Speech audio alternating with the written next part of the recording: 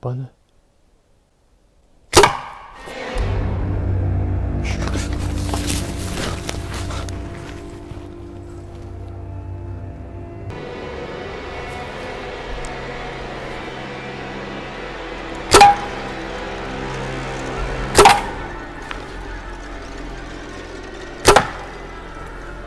Deep in the Russian taiga, explorer Tim Morozov returned to a patch of forest where a hunter had recently vanished, leaving behind nothing but a shredded tent. Tim wasn't alone. His loyal dog Kuchum was by his side as they trekked toward a site marked by a shaman he had seen on a previous journey.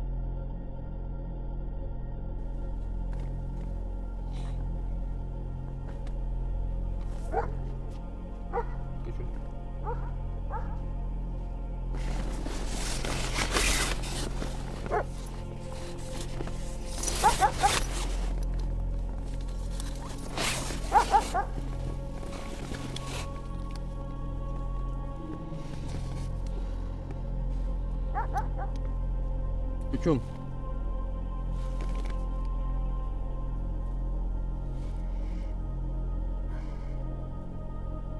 The first night, Tim refused to light a fire, sitting in total darkness to avoid being spotted.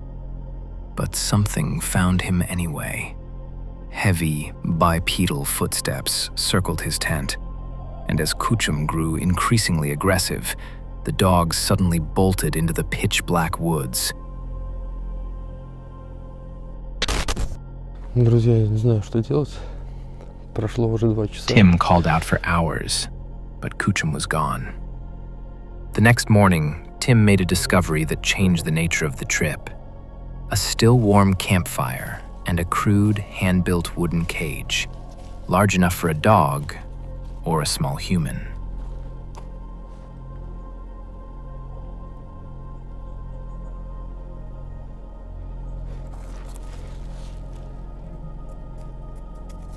Костер еще тепленький. А это что такое? Похоже на какую-то клетку.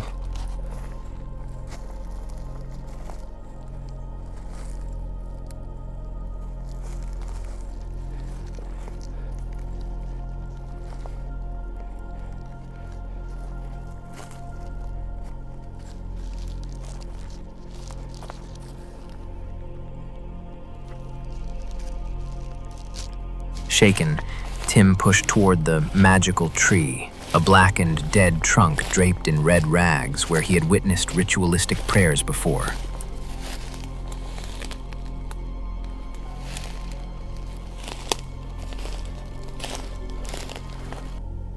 As he set up his equipment to record spirit voices, the forest responded with physical violence.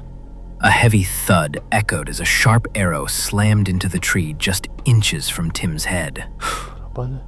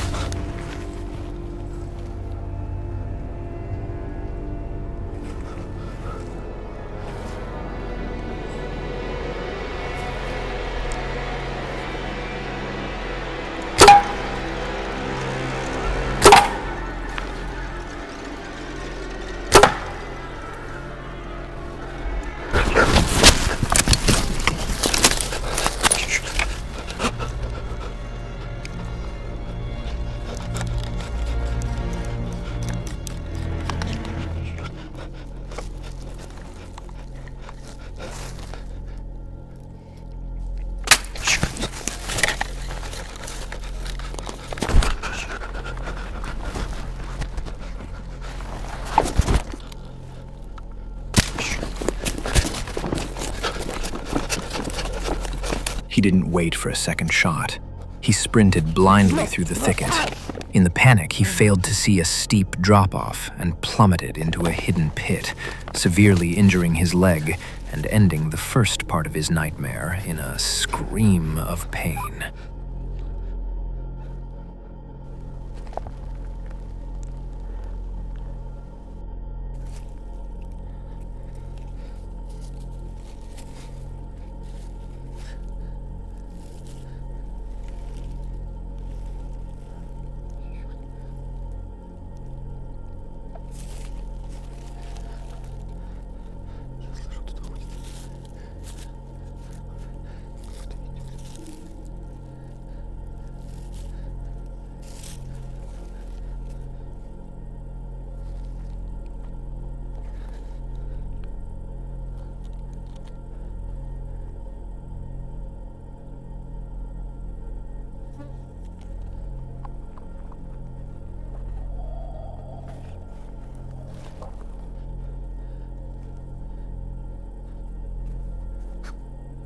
and just as hope seemed lost, Kuchum miraculously reappeared, jumping into the pit to join Tim, unharmed but clearly terrified. Tim managed to patch his leg and began a slow, agonizing crawl toward safety using his camera's night vision. Еще я упал. В эту канаву.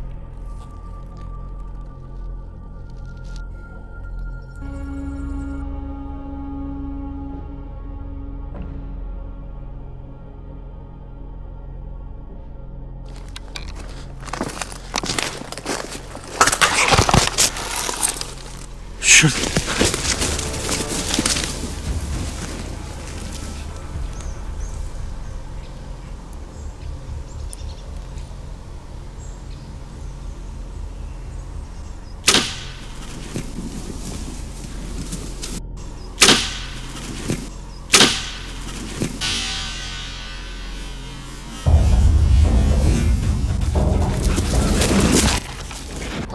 But the hunter was still tracking them.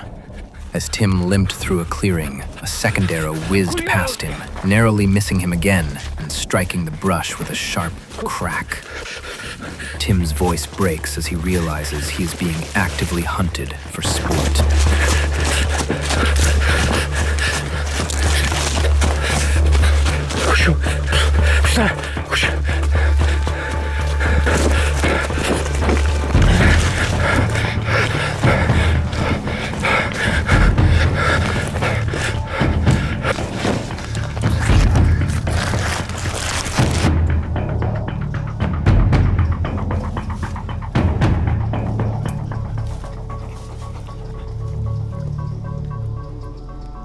Tim forced Kuchum to stay down as he caught sight of a dark figure standing motionless in the trees, watching them from the shadows. They stayed frozen in a hole until dawn, finally making a desperate break for the car as the sun rose. Tim escaped with his life, but he left behind the evidence of a human predator who still stalks those woods today.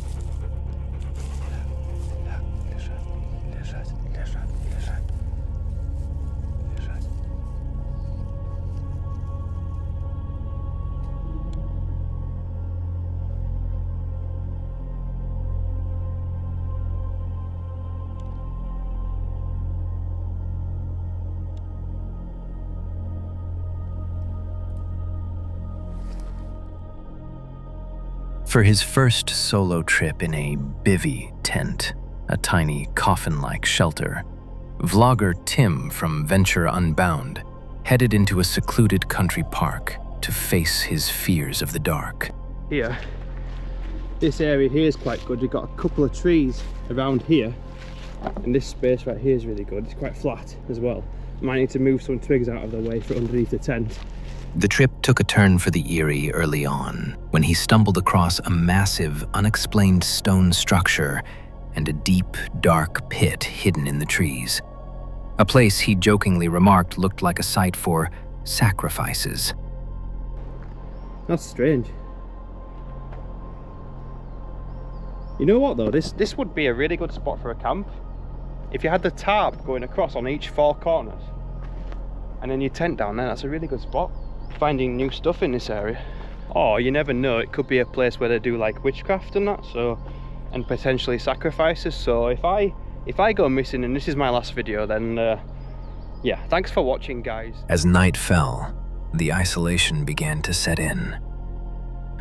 Using a small lantern, Tim showed just how claustrophobic the woods become when the light only reaches a few feet, turning every tree into a looming silhouette. It's like a person stood there, but yeah, it's quite a creepy feeling when it's dark like this.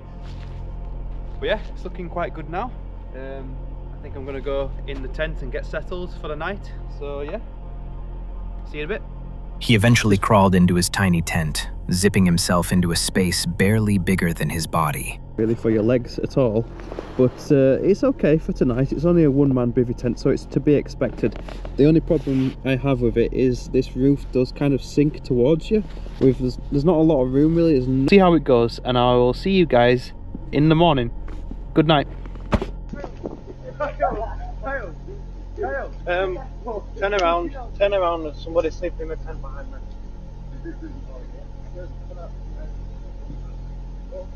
But at 11 p.m., the silence was shattered. Turn around! There's somebody sleeping in a tent behind me!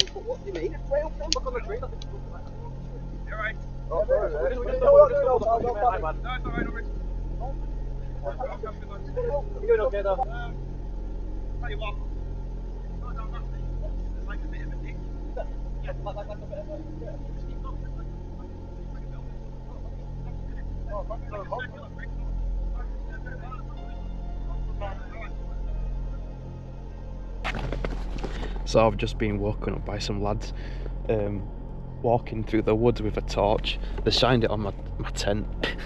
They've gone over down to where the circular brick thing was.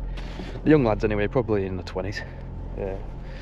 Should be fine. Startled me a bit. I was like, whoa, who are you? You know, sort of thing. They didn't come up. Tim was jolted awake by the blinding beam of a torch hitting his thin nylon walls. A group of young men had stumbled right onto his camp in the middle of the night. Though they were eventually apologetic and moved on, the reality of the situation was chilling. In a bivy tent, you are pinned to the ground, unable to see out, while strangers stand just inches away, deciding what to do with you. Tim spent the rest of the night wide awake in the freezing cold, staring at the walls of his tent and listening for the sound of returning footsteps.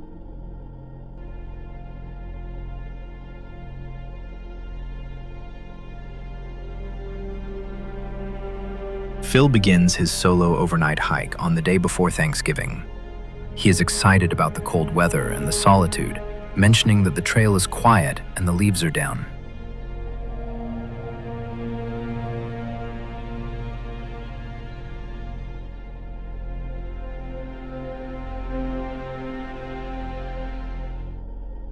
So the hike's been awesome so far. I mean, I've only been out for about half hour. River behind me, really pretty day. As I was walking up, I saw some trash in the trail, and I came across this.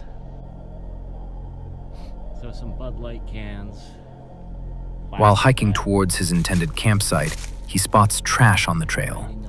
He finds Bud Light cans and a plastic bat with ominous lyrics written on it. Hangman is coming down from the gallows. Hangman is coming down from the gallows.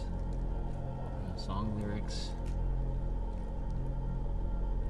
Other weird things. Well, hopefully I don't get murdered out here. That would totally ruin my day. Well, let's keep going.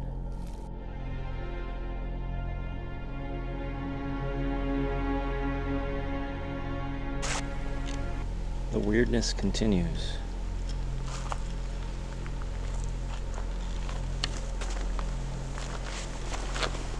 What the hell?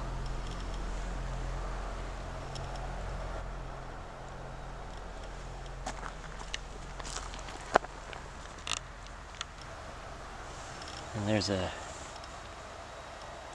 dead duck here.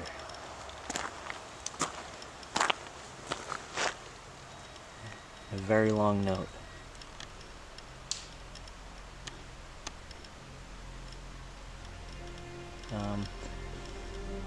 And it looks like it was just put here because it's not wet.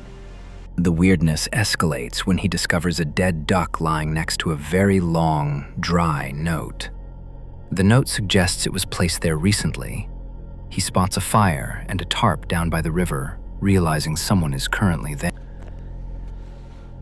Okay, well that was really weird. So as I was hiking toward the shelter, still considering what I was going to do for the night, these two women were hiking in the opposite direction. They had a little dog with them.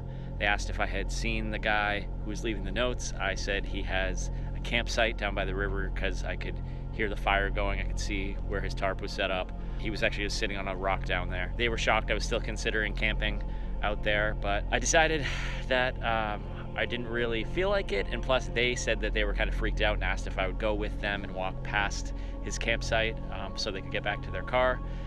Visibly creeped out, Phil decides not to camp there. He is out of breath, trying to put distance between himself and the sketchy camp spot. Phil explains that he met two women hiking in the opposite direction who were terrified of the man by the river. They asked Phil to walk them past the guy's campsite. After helping them, Phil drives miles away to a completely different section of the trail, John's Hollow shelter, to restart his trip safely. He arrives at the new shelter. It looks empty, clean, and peaceful. He feels much better, believing he has left the weirdness miles behind him. All right. My sleeping pad is inflated and holding air. Got my sleeping bag in here. I'm gonna just put the stuff sack for the sleeping bag down there. And yeah, on to the next thing. Okay. He sets up his tent behind the shelter, gathers firewood, and cooks dinner, enjoying the solitude and believing he is alone.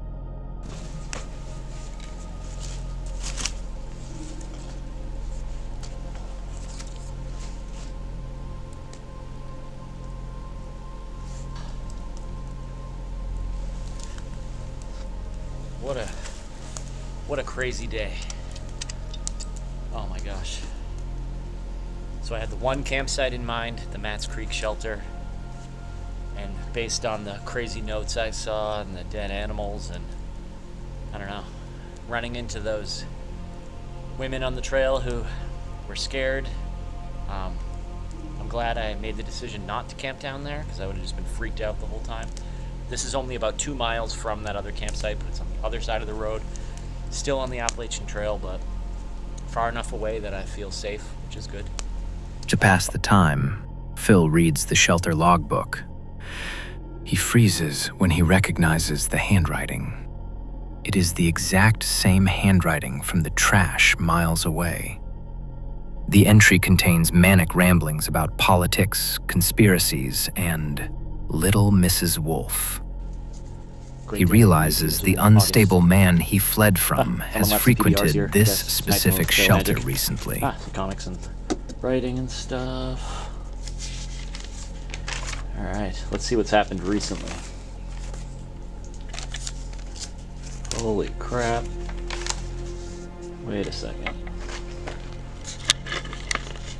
Hold on, I'm adjust the camera here. This writing looks almost exactly like the writing that was on that garbage a couple of miles from here. Let's see if this makes any sense. Sorry if the lighting's bad. I'm just gonna see what it says. Cleaned the outhouse. Picked up trash. Collected wood for others. See Charlie Daniels' Simple Man lyrics, which I used in 2013 Facebook post. And note the rope I found with the silicone sealant can 2 miles south of that. I left it on a stump. In 2018, while I was incarcerated at the Okaloosa County Jail. What the heck?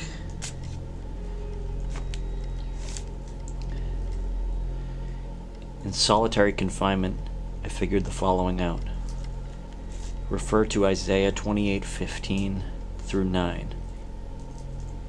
Here in early 2017, Trump, Nebo, allowed Obama to have the special use of the Air Force One for a trip to Palm Springs. This is the same ramblings from the guy that was on the other side of the river. That's kind of scary. Kind of weird. Those women down there said they were going to call the police on the guy. I know it's really hard to read in this light. Sorry about that. Let me move that there. Wow, this is weird. It's just like it goes in one direction, then immediately goes in a completely different direction. And there's just so much of it. As he packs up to go into his tent for the night, he finds a bear hang, a device to hang food, in the shelter, with yet another note in the same handwriting. Watch out for Yeet Mouse. The dead do walk and talk. What do you know? Same handwriting as the one in the book and a garbage on the trail from that same dude. So it says, watch out for Yeet Mouse. The dead do walk and talk. little on edge. Phil retreats to his tent. He is now on edge, listening to every crack and crunch in the woods, realizing he might not be as alone as he thought. Okay, I'm out on the trail. It's the middle of the night. I was down in my tent, not asleep, kind of just like lying there staring at the tent walls, listening to all the sounds, and then I heard somebody down by the shelter. So at first I had to convince myself it wasn't what I thought I heard, but it definitely was somebody down there. So I didn't even wait to see or go down to see who it was, see if it was like a bunch of teenage girls or something. I don't know. I was just like, I am getting out of here. So I packed up all my stuff, and I packed it up very quickly. I don't think I left anything behind, and I just walked past. As I walked past, I did look.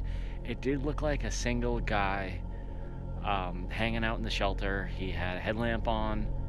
All I could really see was the light from the headlamp, so I could have been wrong. Phil records a final update from the trail in the dark. He explains that he was lying awake when he heard someone approach the shelter. He looked out and saw a headlamp and a man standing right where he had been sitting earlier. Beautiful night, but I wasn't gonna hang around.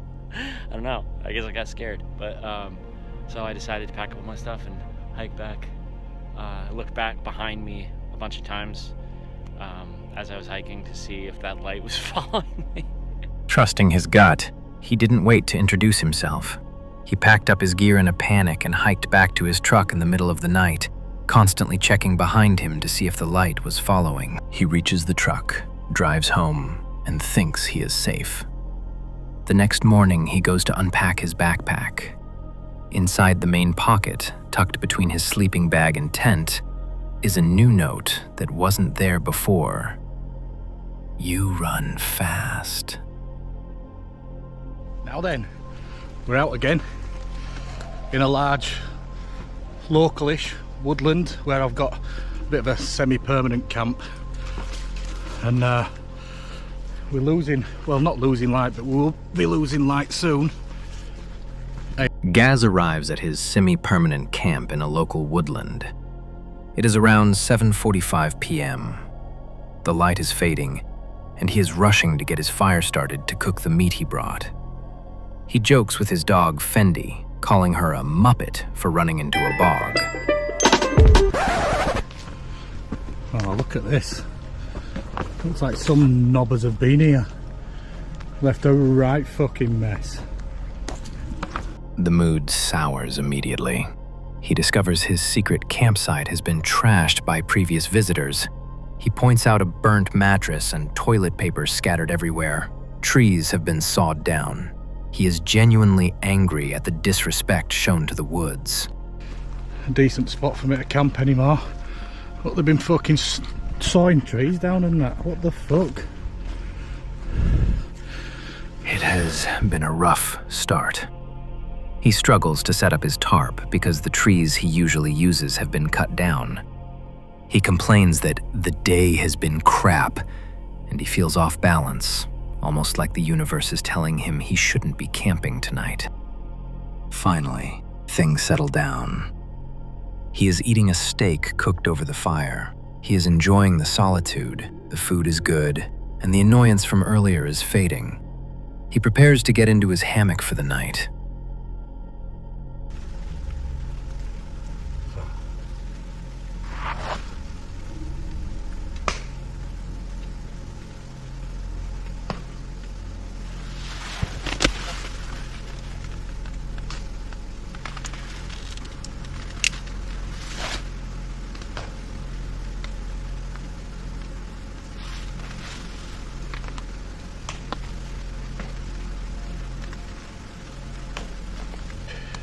Anyway, we're gonna chill out now, and I'll see you in the morning.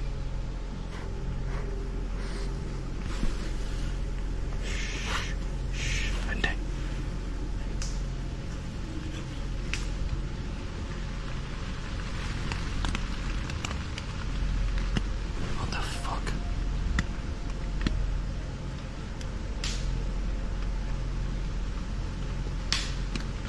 What the fuck is that?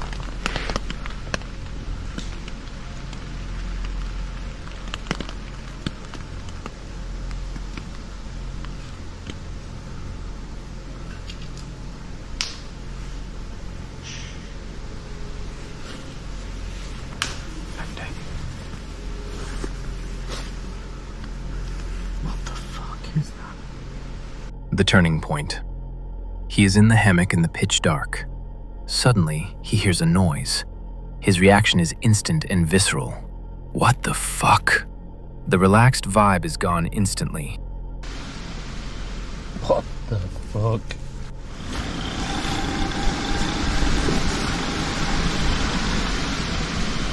What the fuck?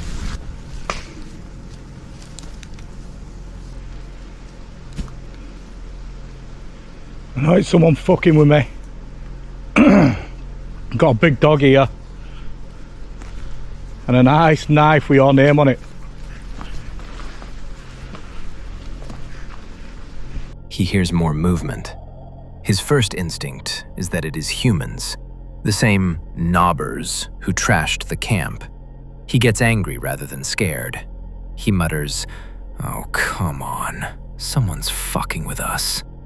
He believes he is being pranked. I know it's someone fucking with me. Got a big dog here. And a nice knife with your name on it. The noises get closer and louder. Gaz decides to confront the intruders. He yells out into the darkness to warn them off. What the fuck?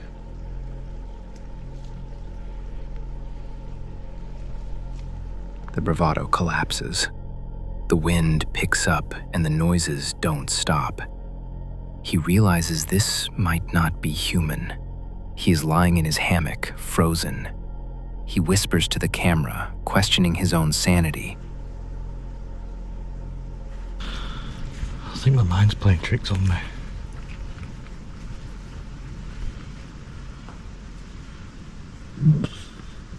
Excuse you. Fucking hell, that stinks.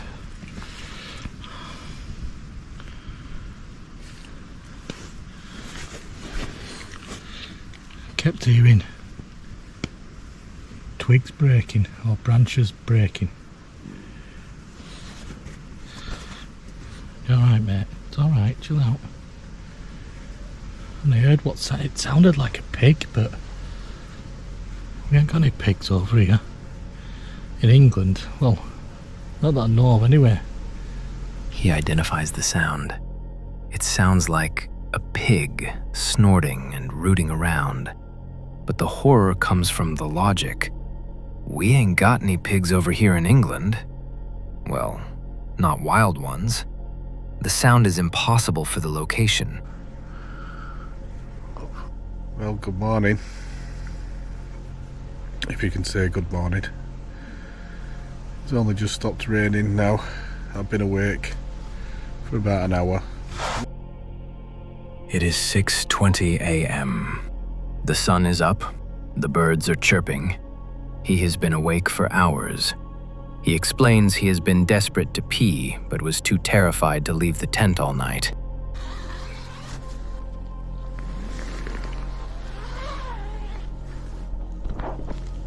He finally exits the tent to inspect the camp. He expects to see damage or footprints. The camp looks mostly untouched. Anything missing or damaged? The only thing that I've seen that's damaged is This that was on the floor, this stick. Looks like it's been chewed a bit. He finds the only physical evidence. A stick near the floor looks like it has been chewed by something. He still doesn't know what was out there. He asks the audience for help identifying the pig-like noise, packs up his gear, and leaves, clearly shaken. We are in the Green Forest. It has been raining for 3 weeks straight.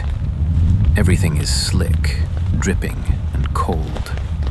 The wind is gusting up to 20 miles per hour.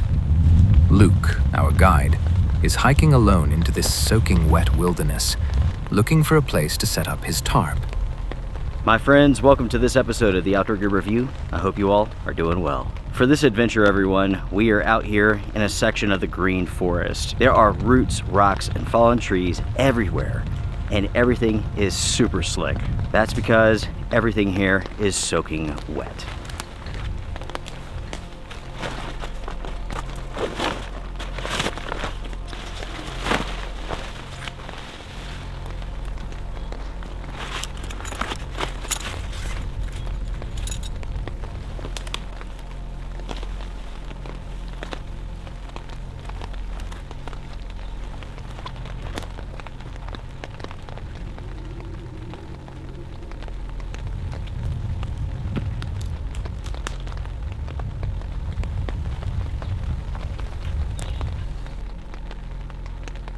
I want to thank you all very much for your continued support concerning my mom.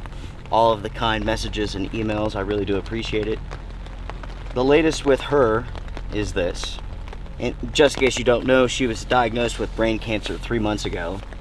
She was given 3 months to live. It's been 3 months. She's been doing how do I say that?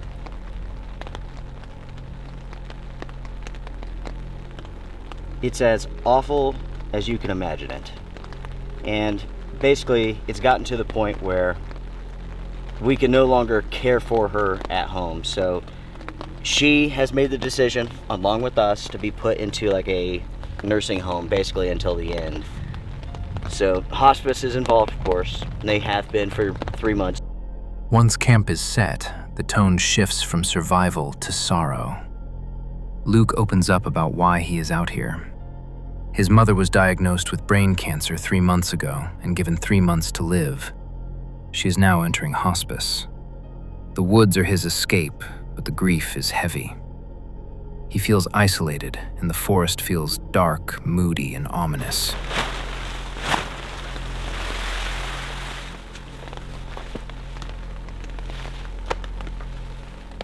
Night falls. The rain picks up again. Luke retreats under his tarp. He is tired, emotionally and physically drained. He says goodnight to the camera, expecting just the sound of rain to lull him to sleep.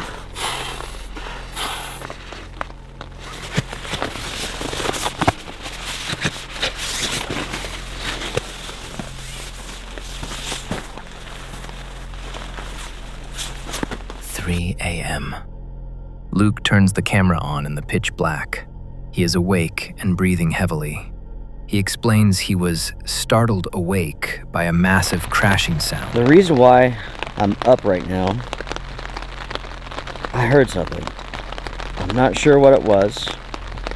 It was loud. A crashing sound maybe, a tree coming down, I'm not sure. I was dreaming pretty heavy and just kind of startled awake. Something over here. I'm not sure. But, I don't hear anything now. But at the same time, it's so loud, I really can't hear anything anyways. He listens. The woods are dead silent again. No wind, just the rain. He goes back to sleep, assuming a tree fell nearby. Morning comes. The rain has stopped. As he packs up, Luke admits that despite loving this forest, it feels spooky. Forest. At the same time, there is something rather spooky about this place. It's not spooky all the time, but ever so often, you'll get that feeling like something's out there with you, something's watching. It's at those moments where, like, the forest goes completely silent. He mentions that the forest sometimes goes completely silent, Not right now. which puts him on edge. It does happen. The climax. Luke is hiking out on the main trail. He stops dead in his tracks. Lying across the path is a massive tree trunk.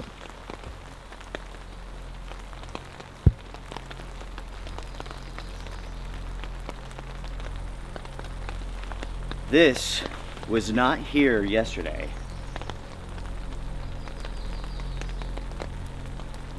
I'm so confused, everybody. This is a large tree. You can see here that the root base has been snapped off. But the question that I have is, where did it come from? He realizes the implication. A multi-hundred-pound tree was moved silently, in the dark, without waking him, other than the single crash, and placed gently on the path he has to walk to leave. He admits he is stumped, packs his gear, and hurries to get out of the forest. But I'm stumped on this one. If you enjoyed this episode, do hit the thumbs up. We are on Dartmoor, in Devon, England. It's a vast, empty landscape of rolling hills and fog. The wind is constant. Our guides are hiking toward a dark patch on the horizon, the only trees for miles. They step from the open moor into Wistman's Wood.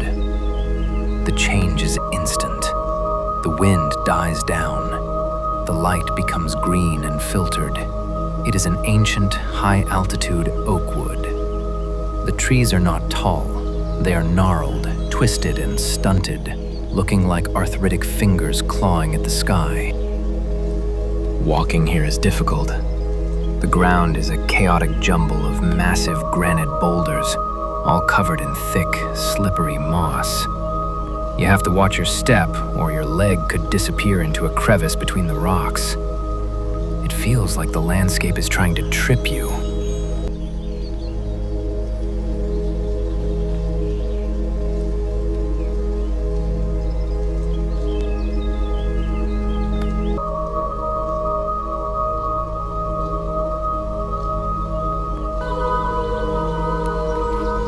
Doesn't it look like witch hands, witch arms and fingers reaching out of the ground? The hosts stop to recount the legends. This isn't just a weird forest, it's cursed ground. Legend says this is the home of the Wish Towns, spectral black dogs with eyes like burning coals Look at this. that hunt sinners across the moor. It's like a hallway through If you the hear them trees. barking, you're already dead. They mention the Druids worshipped here, and that the moss hides ancient altars.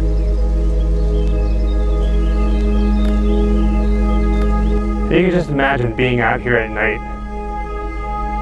and seeing a light or hearing a sound. Something ghostly moving. This place is filled with ghost stories. One of them is about a dog, I'm guessing like a hunting dog.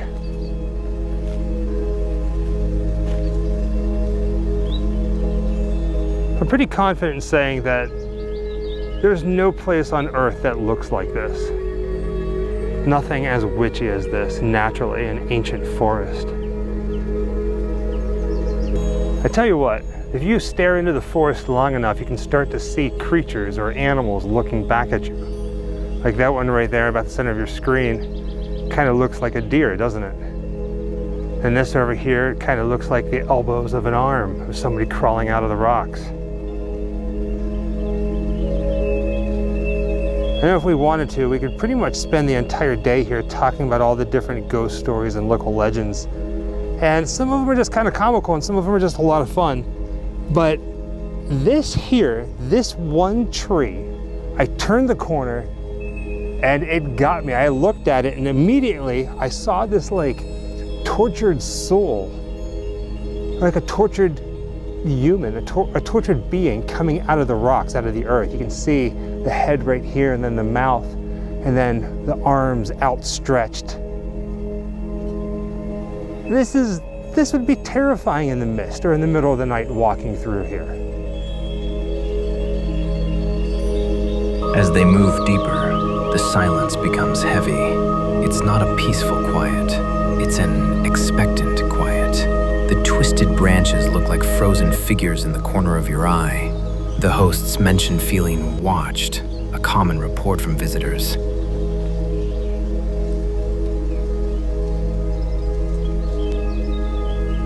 light starts to fade. They know they cannot be here after dark. They navigate back through the mossy boulders, scrambling to get out.